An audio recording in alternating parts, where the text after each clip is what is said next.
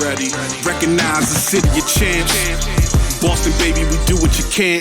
Locked on number 18, Tatum and Brown, J-team. Step back, we gon' wet that and slay teams. Of course the Celtics, who else could it be? Screaming like KG with the Larry O.B. Karalis above average, assessing the team status. Best daily pod, no cap, salary matching. Clutch like Bird the DJ, keep John on replay. Prime time, dapping up the truth on the sideline. Raining J's, how it started, raising banners, how we finished. Locked on Celtics pod, home of the winners. B. Hey there, welcome back to the Locked On Celtics podcast. Thank you for making this show your first listen every day, part of your daily routine, Monday through Friday. This show's free. It's available everywhere you get your podcast. Download your favorite podcast app, add the Locked On Celtics podcast, take it with you to work. I know a lot of people are getting back in the car, getting back to work in the offices. I know you probably don't like it, but you can take this podcast with you every day and make your drive to work a little better. Or you can watch the show on YouTube, pop it in the background at work, or at home when you're getting ready, when you come home, whatever you want to do. But the show is on YouTube. Thank you for subscribing there. I'm John Karalis. I cover the Celtics for Boston Sports Journal. I've written a book called The Boston Celtics All-Time All-Stars. I was one of the media voters for the 75th anniversary team. You get it. I'm around the Celtics a lot.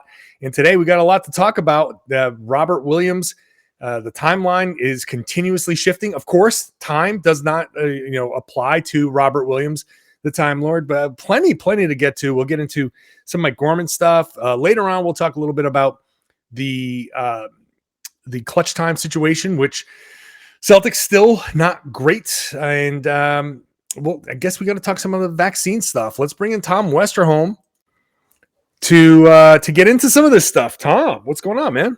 What up? So let's just get this vaccine stuff out of the way, because I'd rather just talk about it and get it over with and dump it because I'm sick of talking about it. I'm sick of the whole thing. No one wants to take these stories at face value. People always want to turn them into political things and whatever. I hate the discourse around it. But the fact is that the Celtics have been asked multiple times about their vaccination status, and ESPN has been pushing this thing. And the fact is, Tom, it's very easy for them to say, we're all vaccinated, we're fine. And they're not saying we're all vaccinated. They're dancing around it, saying things that sound like they're all vaccinated. They say things like, oh, everybody who's healthy and available to play will play. And like Al Horford said, I know the rules, I'll be ready to play anywhere. He also didn't say I'm vaccinated. He just said I'll be ready to play anywhere. So it's like the cryptic nature of the answers is fueling so much of this. And it'd be very easy for them to say, we're vaccinated. Don't worry about it. We're 100%. We're fine. For whatever reason, do they want to protect people's privacy? Okay, fine. Do they want to cover for somebody who's not vaccinated? Maybe. But this is part of the discourse around the Celtics now. And we kind of have to talk about it. So yeah, I don't know. I kind of don't know what to make of it, other than to say, generally when people are kind of shifty about these types of things, there's generally a reason why. And I can't say for sure, but other teams have said, yeah, we're 100% vaccinated, and the story goes away, and the Celtics haven't. And so it makes you wonder, somebody is not. I think that's the crux of it, is that the Celtics have not said it, which like that is the story. And I know people are like really coming at, like various reporters for X, Y, and Z, it's just like you said, it's very simple. The Celtics, if it was the case that the Celtics are all vaccinated and would all be fine, and everything would all be set, they could just say that. Now, again, they have sort of suggested some things. Horford had sort of suggested the other night that he would be fine to play, and I think one of the things that I take away from this too is like they know what question is being asked. I think like there's sort of like this respectful like. We're not trying to ask very invasive, medical questions, but at the same time, this Raptors thing could be a thing. Like, is it going to be a thing? Like, that's kind of what the question is. And the Celtics are not just like outright saying it. And I understand, like, again, they're kind of hinting at it, and it might be a situation where, like, I mean, you hate to speculate, but like, just it might be a situation where maybe somebody isn't vaccinated and then they're going to be, by the time a Raptors series would potentially roll around. Could be any number of things, but I just think like it's important to just kind of note that like the Celtics have not said everybody's vaccinated, everybody would be good to go play. And like, they've kind of hinted around like everybody who is healthy would be able to play. That's not a concrete answer. So, until the Celtics give a concrete answer, it's going to have this weird ambiguity around it, and it's going to feel confusing. And, like I don't know, everything's just going to be ambiguous. So I don't know. Hopefully we get a completely unambiguous answer soon, because I, like you, am also sick of talking about it. But I do think it is important to note the ambiguity. Like, it is there, like that they are dancing around something. Look, the bottom line here is, if the Celtics are not 100% vaccinated and they face the Toronto Raptors and somebody is not vaccinated in time, that person is not going to play. Yeah, we'll know who it is. We will find out if. And look, one possible thing here is that the questions that have been asked are kind of ambiguous too. Yeah. And so it's been presented as a question. I think I'll say this. No one has asked, are you 100% vaccinated? That has never been one of the questions. So when they say the Celtics have never said they're 100% vaccinated, that's true. And they can say that, and they haven't, which is meaningful. But also, they haven't been asked directly, are you 100% vaccinated? And so they could be, and then they could say, well, you didn't ask us, and so we answered the questions that you were asking, which would be kind of a dickish thing to do. But there's the question, yeah, like I get it. Right? There is a dance that's going on. The questions that are being asked, and you can hear the questions being asked. There's video of these questions being asked, and it's basically, without asking directly, are you 100% vaccinated? If you play Toronto, is everybody available to play? And then you get the ambiguous answer. I don't know. I just hope that after everything that this league has been through, that we don't have another situation of a player who is getting minutes for the Celtics suddenly deciding, hey, you know what? I'm not going to play in the playoffs. I'm not going to play in this first round series. And then having all of that on top of everything, because I mean, I don't know. I don't want to go any further, because I don't want to turn this into a thing that pisses people off. I'm done. I'm done, because no one can take this for, at face value. It always becomes some sort of hyper political thing, and I'm sick of that. So I'll just leave it at that. The Celtics need to answer this question, and we need to know, is somebody not going to play if they play the first round against the Toronto Raptors, or are they just kind of hoping that they don't? And I don't know. I don't know what they're doing. And I will just, my only other thing on it would just be that this has been the case throughout the season in a lot of ways. Like early on media day, I think Smart and Tatum were asked directly, like, are you vaccinated?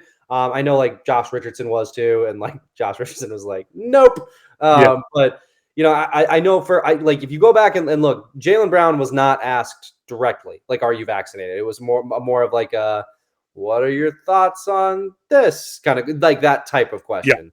And so we didn't get a direct answer from Jaylen. So that's like, the ones that are on the record, that we know of, at least. I know we know Smart was, we know Tatum was, and after that, I'm not sure that people were asked particularly directly. So, but see, I don't know, man. I keep losing track. I can't find where Jaylen said. I thought he had said that he was, but I can't find. He did not on media day. On media day, he did not say he was. On media day, he did not. He said it's people's choices and whatnot. But I don't know. We'll find out. I would hate for this to turn around and become a thing, because the Celtics have come too far for this to become a thing. Yeah, I don't want this to turn into the Kyrie, version of Boston Celtics stuff. I really don't want that. In my opinion, these guys have worked too hard to get to this spot, to be considered a serious contender, and for Robert Williams to be coming back potentially, possibly sooner than we even thought before, even yesterday, and with so much good news and so many good vibes around this team, the recent losses notwithstanding, I would hate for it to turn around and have the playoff conversation about the Boston Celtics being such and such a player didn't make this trip because of his vaccination status. I don't want it to become that, because it just becomes toxic, and it's not healthy, and I don't want this team to have to go through everything that it went through and then have a guy be like, nope, sorry, I'm not going to be part. We worked so hard to get here. I'm not going to be part of this. That's going to be ugly. It's just going to be ugly, and I don't want that to be the case. So, yep, agreed. All right. We talked about that way too long, much longer than I wanted to. So we will leave it there and come back to talk about the Robert Williams discussion, because Rob, it's possible that he can come back sooner than we thought. So we'll do that after I talk to you about BetOnline. We're heading into Final Four weekend, so I know a lot of people want to lay some money down on that. I don't know who you've got. I couldn't tell you who I've got, but if you want to lay some money down, betonline.net is your number one source for all your betting needs, your info, your sports, your developments, your podcast, your reviews. BetOnline is basically your home for all of that stuff. Whatever sport you want to bet on. Baseball's back. They're starting up soon. Their regular season is starting up soon, so you can bet on that. You've got hockey playoffs. Hockey playoffs are coming around. There's nothing like the NHL playoffs, so check it out, betonline.net, and they've got live betting also, and your favorite Vegas casino games. It's kind of like one stop for all your betting options. So head to the website today. You can use your mobile device too. Learn more about the trends in action. BetOnline, where the game starts. Please gamble responsibly. Hey, thanks for making Locked On Celtics your first listen every day. How about Locked On Now as your second listen every day? Locked On Now is a great recap of the NBA. The games, you're going to get this wonderful Bucks Sixers game, Locked On Sixers, Locked On Bucks. You get each side on that, a couple minutes from each host. So you get a good recap, every perspective on the NBA. Check out Locked On Now, wherever you get your podcasts. It's on the Locked On NBA YouTube feed. Let's bring Tom back in to talk about Robert Williams.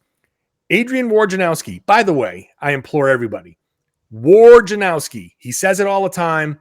People can say Krzyzewski right. You got to start to say Wojnarowski right. Adrian Wojnarowski said, Yell at me. All right. Why? Oh no. Are you a Wojnarowski guy? Not anymore. No, it's Wojnarowski. He says it. Sorry, man. I didn't mean to. I was inadvertent. No. Caught in the crossfire. John Karalis. That's right. I've gotten that plenty of times in my life. Actually, the pronunciation of the Greek pronunciation is Karalis. Ooh, there you go. It's very Yanis Karalis. Hello. Oh, okay. I am Yanis, the Greek guy. How are you? So Adrian Wojnarowski said that the 4 to 6 week timeline for Robert Williams, he casually just drops this in the middle of his podcast. He said, he's built different, man. He's just in the middle of his podcast. He's like, yeah, that's kind of like a conservative estimate.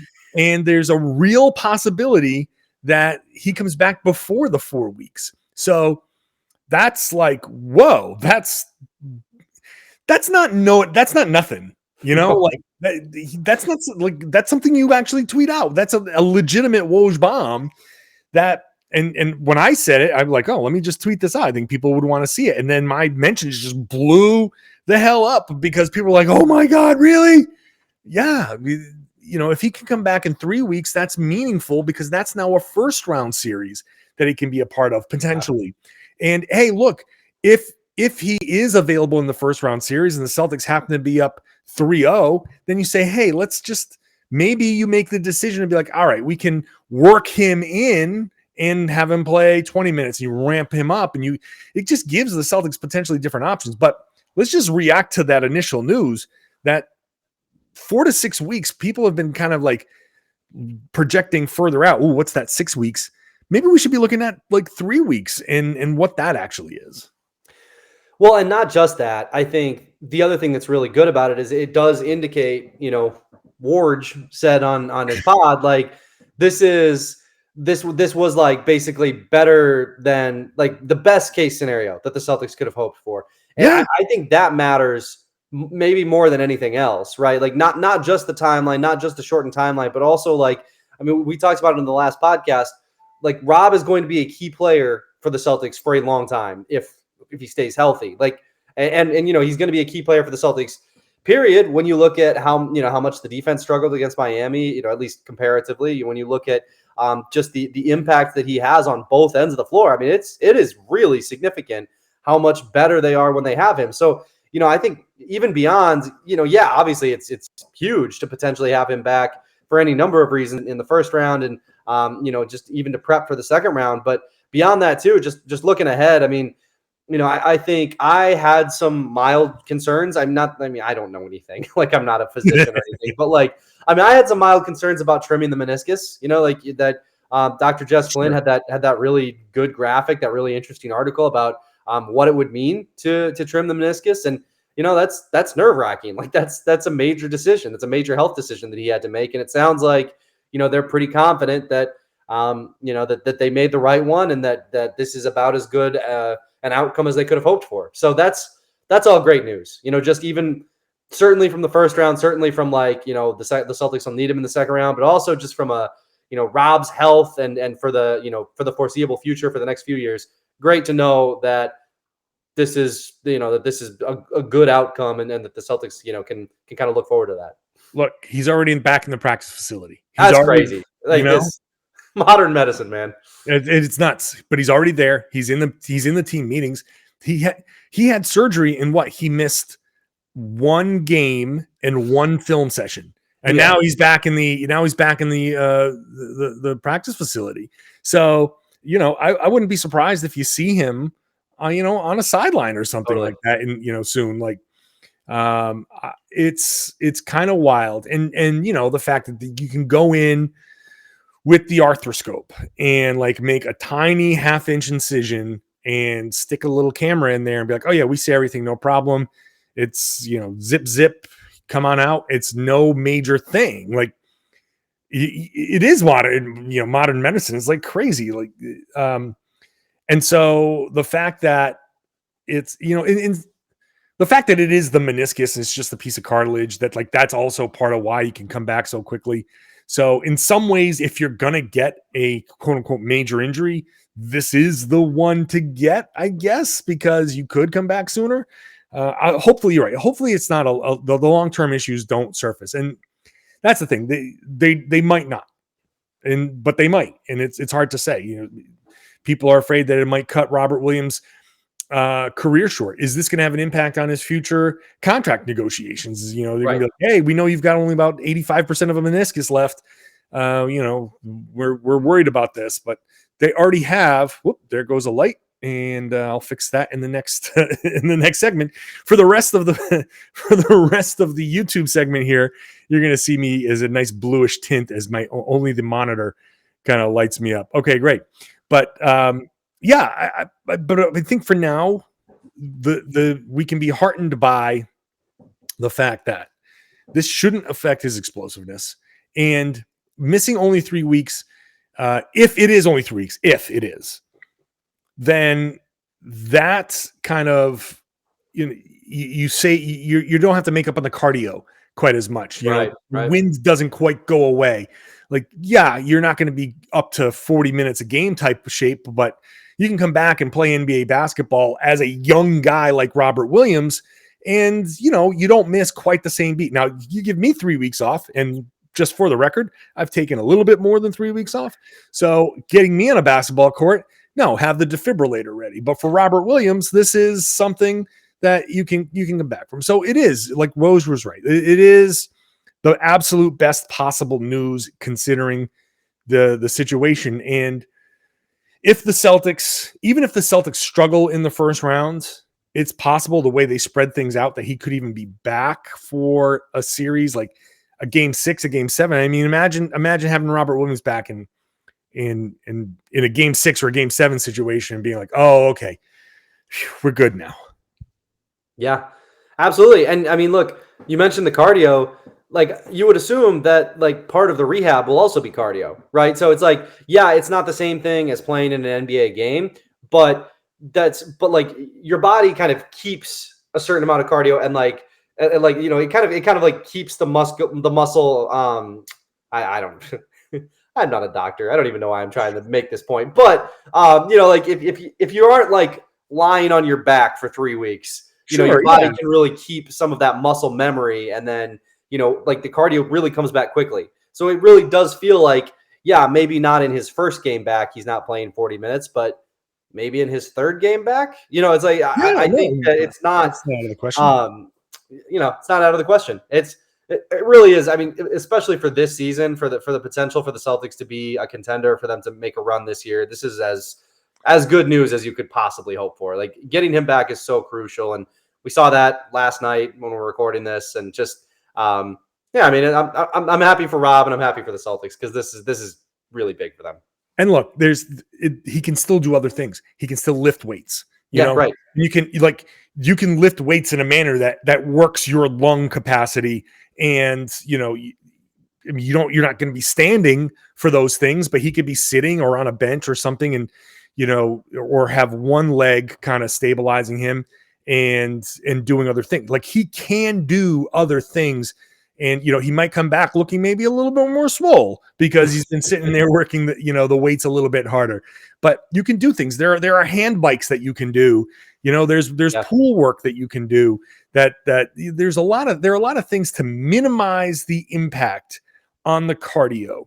So he's not just going to be sitting there eating, popcorn in the film sessions and or eating what I eat. Like, he's going to be doing like stuff, like athlete stuff, NBA training stuff. Is just that he's not going to be able to use his left leg quite the same way. So yeah, this is good news, which is the Celtics are going to need, because when you watch the stretch run down, against the Miami Heat, they really could have used him, and he would have made a big difference. I mean, seriously, if you just had Rob in that game against Miami, I think the whole thing changes. And let's talk about that when we come back. First, we'll talk about Built Bar, which I do eat, and I finally got a new shipment, and that's going to help me out, because that's a nice way to get protein. And when I do get into the gym and get onto that treadmill to work off all the stuff that I've been talking about and get back into some sort of shape, I know that having a Built Bar is going to help me, because it's only the ones that I got are only 130 calories, and there are only a couple more that are a few calories more, but you're going to get 17 grams of protein with only 4 grams of sugar and 4 net carbs. So it's not, you're getting something that's pretty healthy, that tastes like a candy bar. It's covered in chocolate, and it's going to help you when you get back into the gym, because it's kind of a reward. It gets you the protein that you need. It's pretty good. And they have all sorts of flavors, and they have all sorts of other types of products, like, Built Puffs, which is a protein infused marshmallow. It's a great way to kind of work protein into your diet while, satisfying some of those sugar cravings that some people might have. And there isn't even much sugar in them. Like I said, 4 grams of sugar, that's nothing. So check them out. They've got flavors for everybody. If you like mint, if you like coconut, if you like chocolate, if you like fruit, they've got all these different flavors. You can go to built.com, check them out, scroll through, just mouse over the different products. They'll give you the nutrition facts, because they're not hiding anything. They want you to know the calories. They want you to know what they have in them, because it's going to blow the competition out of the water. You can also use the promo code LOCK15, and you can use LOCK15 every single time. So if you want to try one particular box to see if you like it, or a mixed box, do it. Use the promo code LOCK15. You get 15% off. Figure out what flavors you like. Go back, stock up, and then use LOCK15 every single time. It's going to get you 15% off at Built.com. Boston Celtics are the 3rd seed as we head into this game against the Indiana Pacers on Friday night, by virtue of their loss to the Miami Heat and a Philadelphia 76ers loss to the Detroit Pistons. Pistons have been knocking off good teams all year long, man. They're not good, but they're not bad. They're going to be good. The Pistons have, I've talked about this on multiple podcasts now. Pistons got something. They got something.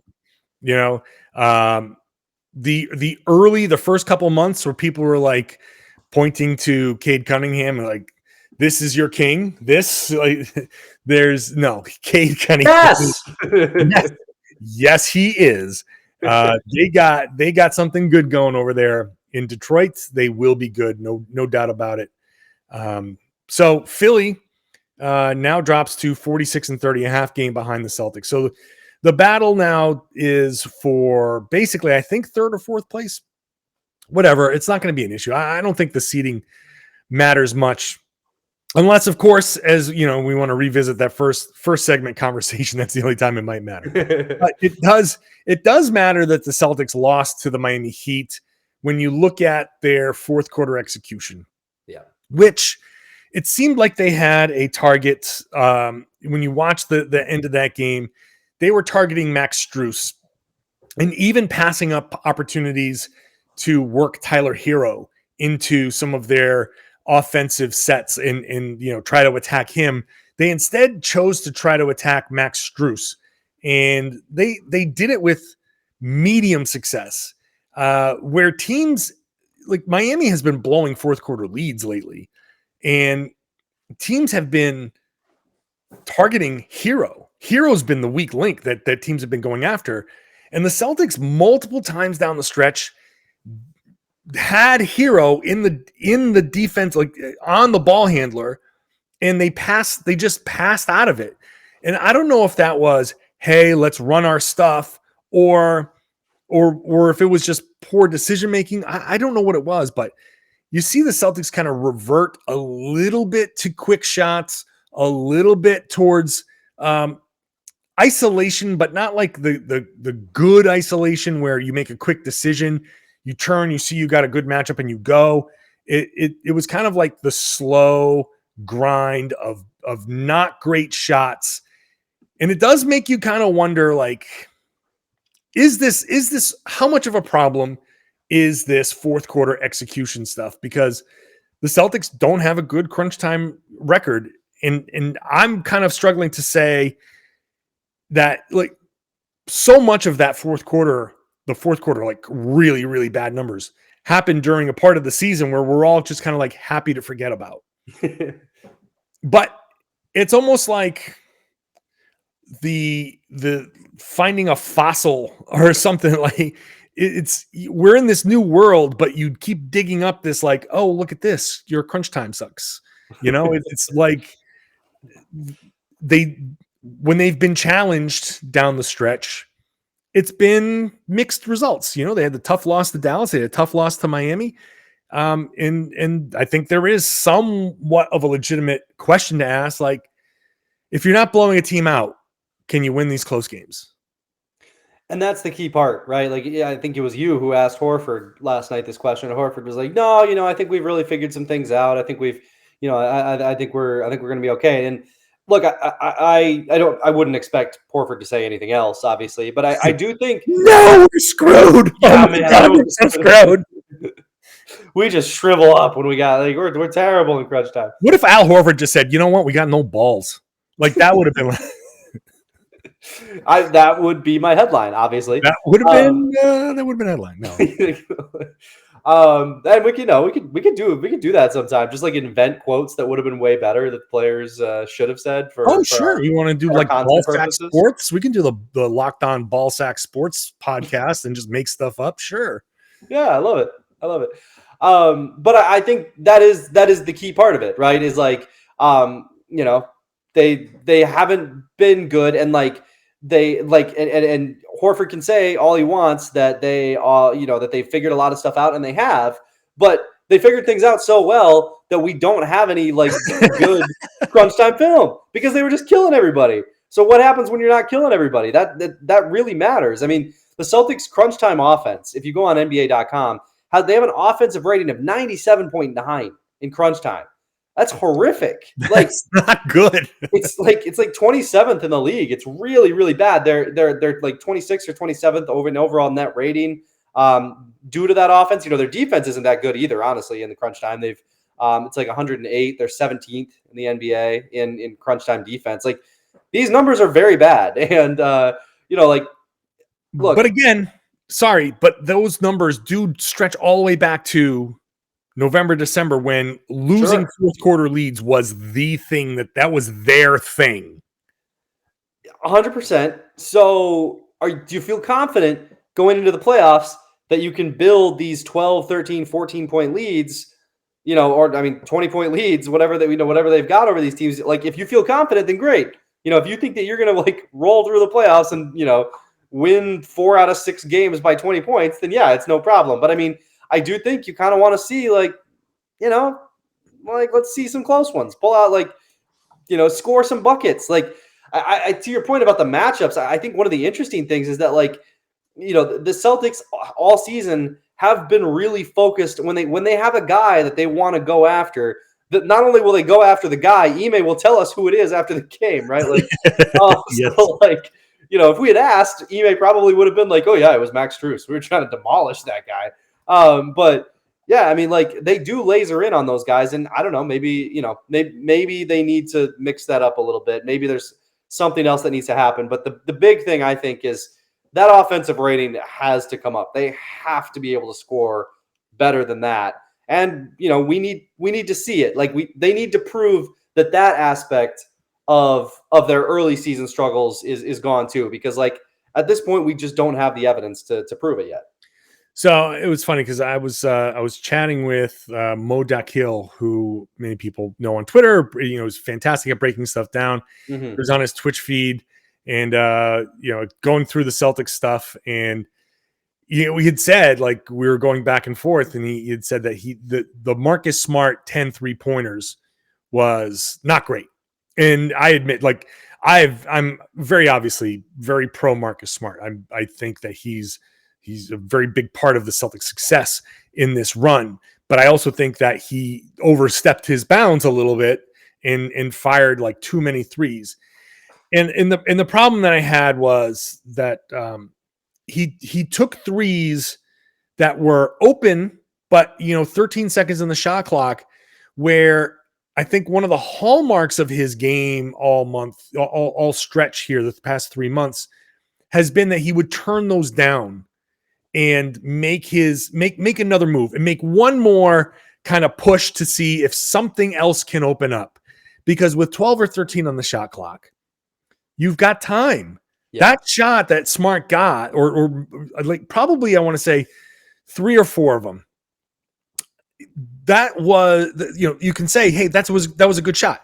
But we're going back to November, December kind of rationale. Well, that was a good shot. And those were shots that you say, oh yeah, those were good. But the Celtics in their run passed up the good shots and got better ones.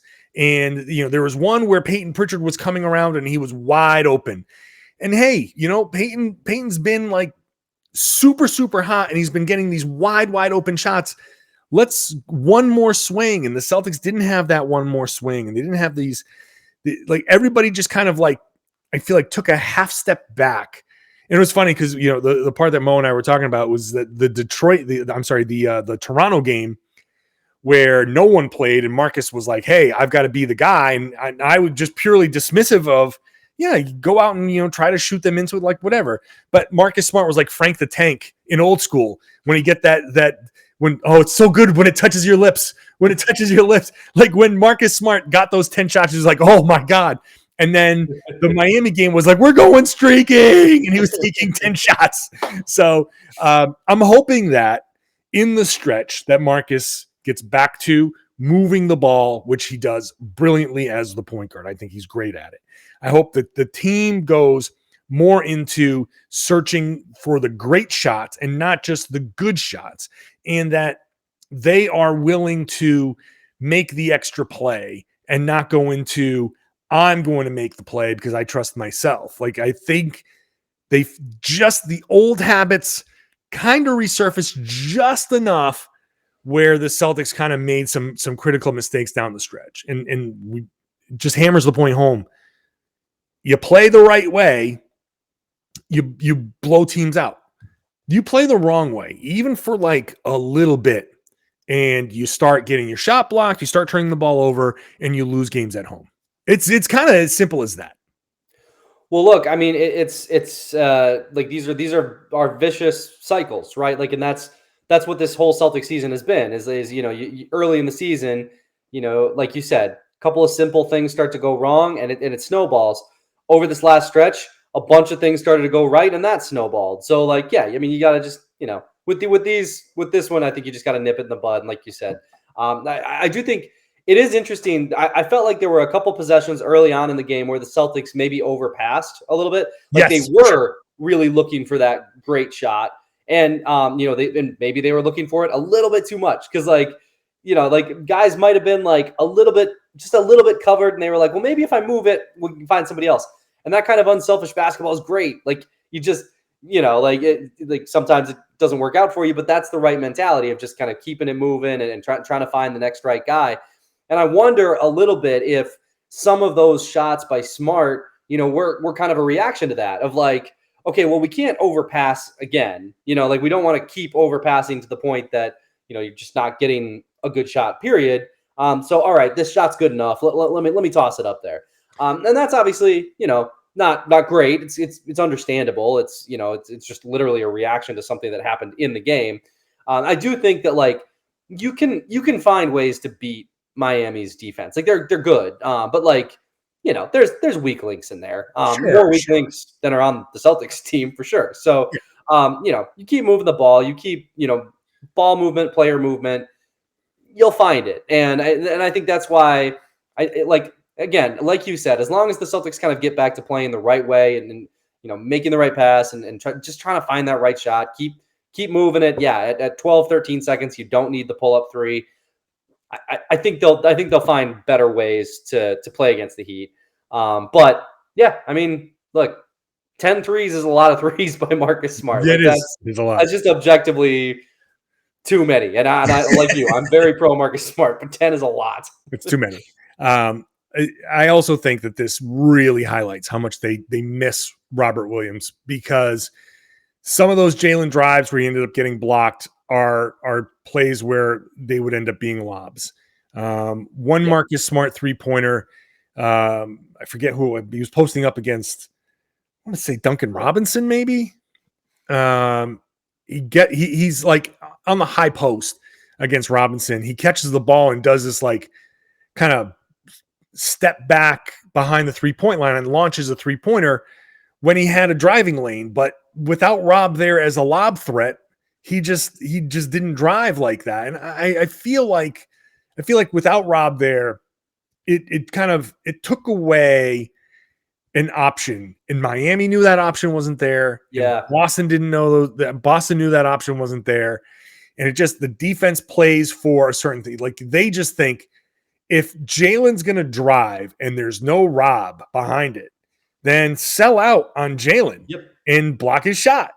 And he has the muscle memory of, I got this, I drive, and I don't think in the middle of the game he's thinking, I don't have Rob.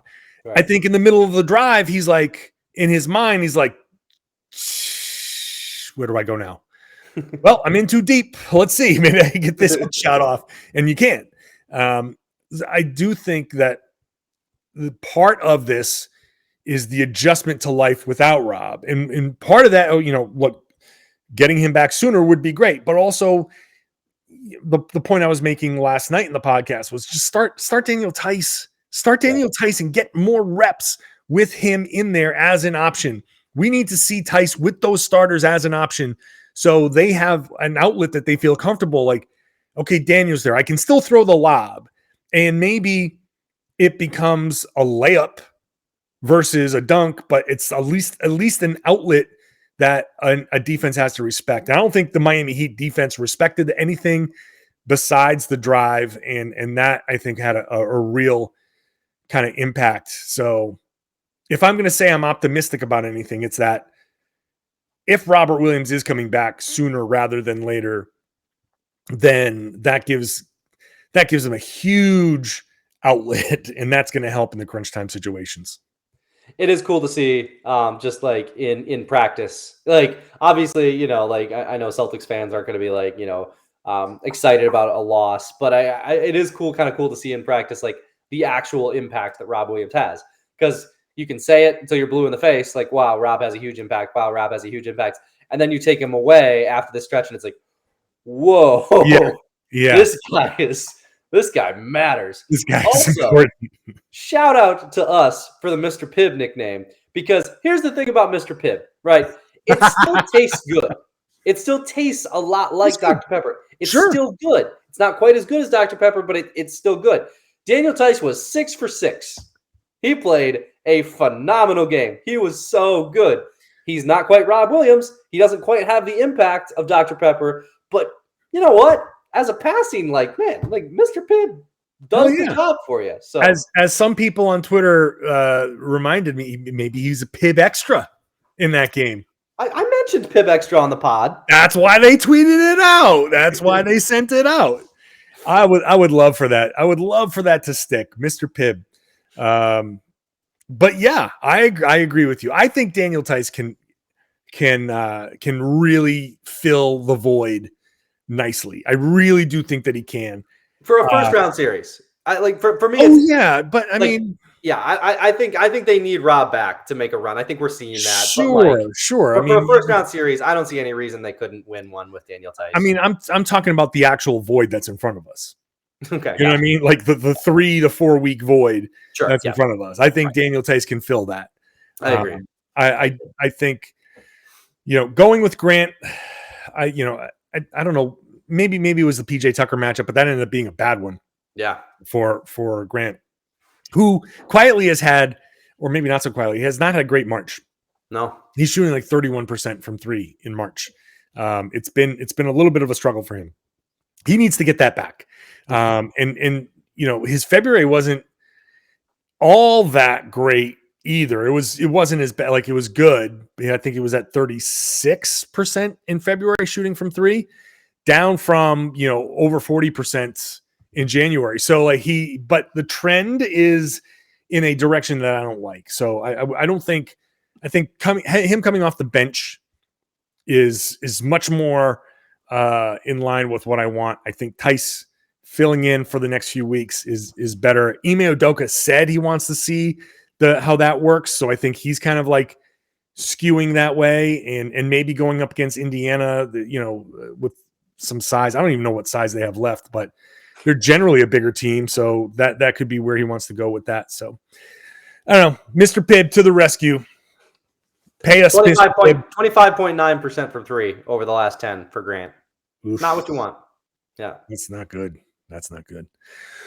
Well, hopefully he turns it around. Hey, this is a great Friday podcast, Tom. I like these.